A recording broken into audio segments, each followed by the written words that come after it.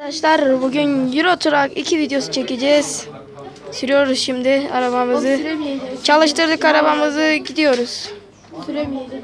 Evet. Arkadaşlar şimdi sağ sinyalimizi veriyoruz. Ve gidiyoruz ama ters şeride girmişiz yanlışlıkla. Kameraya bakacağım diye neler yapıyorum arkadaşlar. Bakın. Sizin için bunların hepsi. Şimdi ilerliyoruz. İlerle kardeşim, ilerle.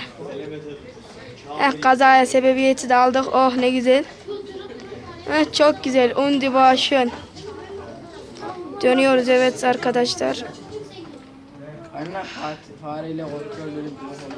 Evet arkadaşlar şu anda gidiyoruz. Evet. Daha yeni başladığım için Euro Truck, şu anda eğitime de girmedim. Bildiğim için oyunu. Evet, sinyalimizi de verdik.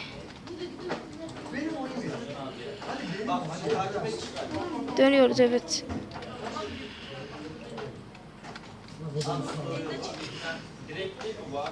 Gidiyoruz arkadaşlar şimdi. Yallah şoför yallah, ne bekliyorsun? Arkadaşlar bakın şöyle. Evet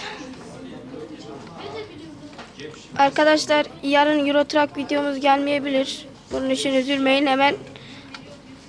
hemen sistem yapmayın. Evet gidiyoruz, attık vitesimizi. Hon hon hon hon. Yallah şoför yallah, ne bekliyorsun? La la ni no ni. Allah şoför yallah, ne bekliyorsun? La la ni no ni. La ni la ni ni. La la la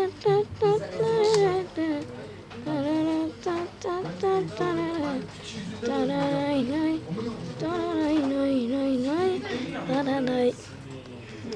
Aldık dorsemizi, gidiyoruz arkadaşlar. Birazdan videomuz bitebilir. Bunun için üzülmeyin. Devamını yükleyeceğim yine. Parça parça atacağım bunu.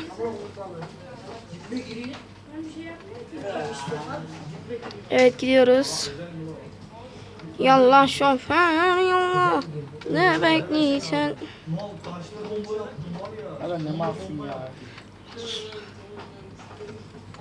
Evet arkadaşlar. Çok da hızlandık ha. Hop, çarpmayalım neyin. Tırımız Scania. Arkada kaç ton yük var ki? 25 ton yükümüz var. Evet. Sudan atırsız Hakan. Anam çarpıyorum.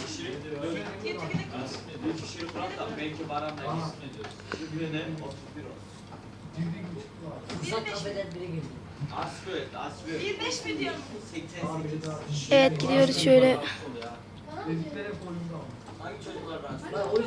Çarpmayalım da bir yere.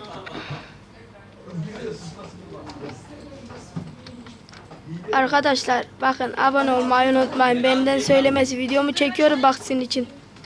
Çünkü ne iziyetlere giriyorum siz bilmiyorsunuz. Hop vuruyorduk.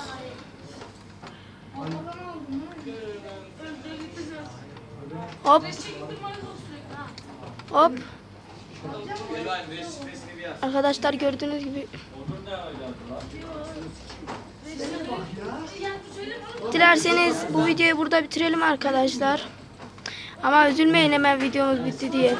Devamı da gelecek. İyi günler, iyi oyunlar. Abone olmayı unutmayın.